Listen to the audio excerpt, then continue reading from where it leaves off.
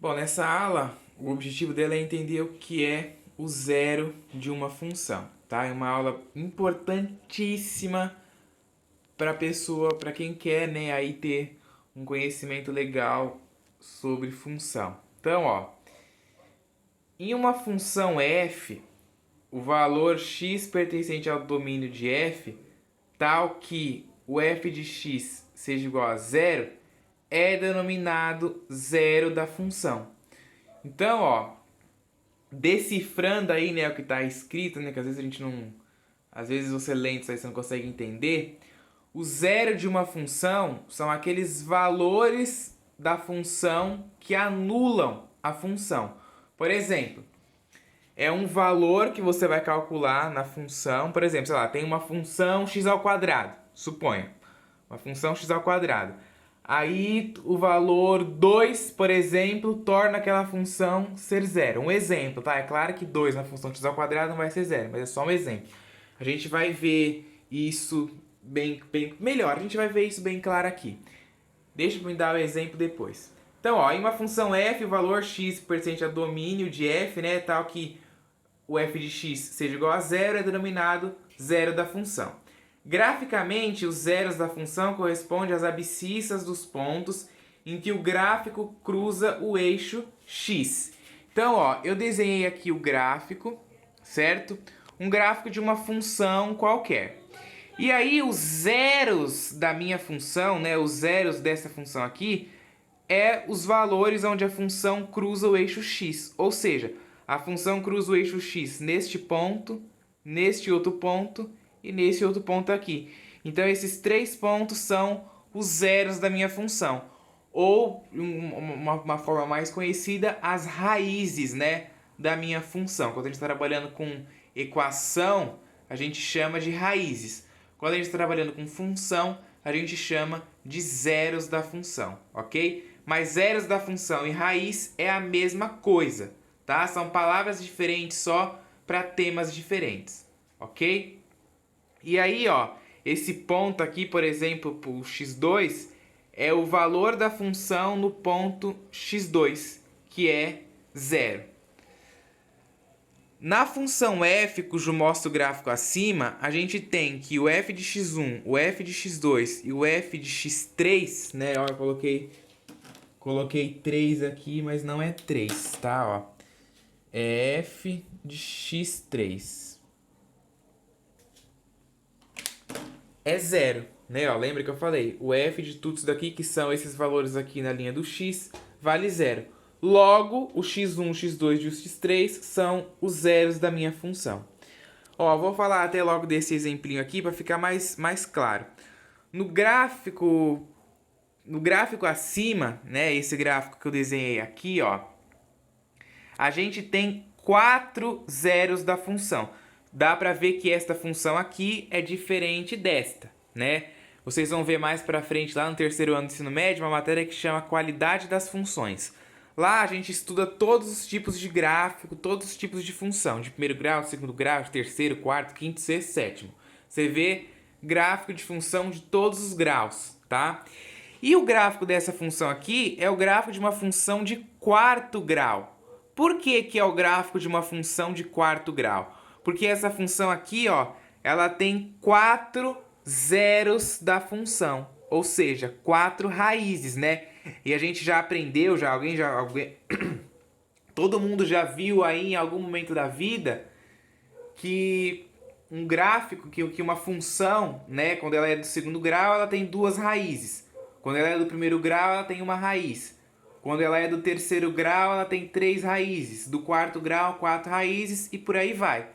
Como esse gráfico aqui ele mostra uma função do quarto grau, então essa função vai ter 4 raízes, ok?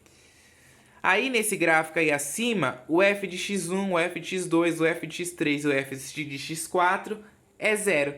São os valores, são as raízes, né, da função. É aqueles valores que você atribui para a função e dá zero.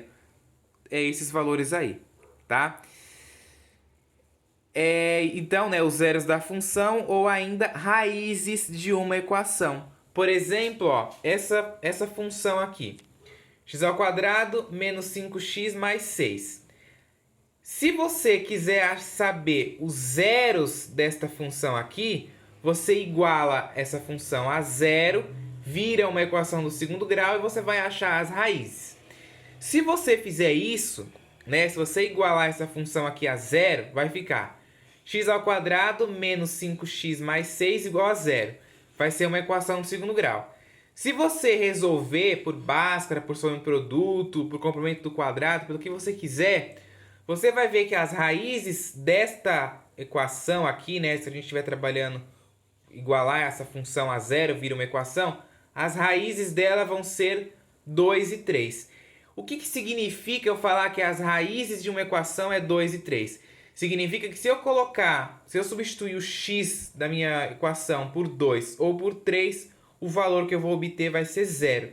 E como a gente está trabalhando com função, e os zeros desta função aqui são os valores 2 e 3, se eu calcular o f de 2 e o f de 3, tem que dar zero. Vamos fazer isso, ó. Resolvi, né, a minha equação aqui, igualei a zero, achei as raízes 2 e 3. Aí eu substituo. Calculando o f de 2, tiro o x, põe 2. 2 ao quadrado menos 5 vezes 2 mais 6. 2 ao quadrado é 4. Menos 5 vezes 2 é menos 10. Copiei o mais 6. 4 com 6, 10. Menos 10, 0. Então, ó, o meu f de 2 já deu 0. F de 3. Tira o x, põe 3. 3 ao quadrado menos 5 vezes 3 mais 6. 3 ao quadrado é 9. Menos 5 vezes 3 é menos 15. Copiei o mais 6. 9 mais 6 dá 15. Menos 15, 0.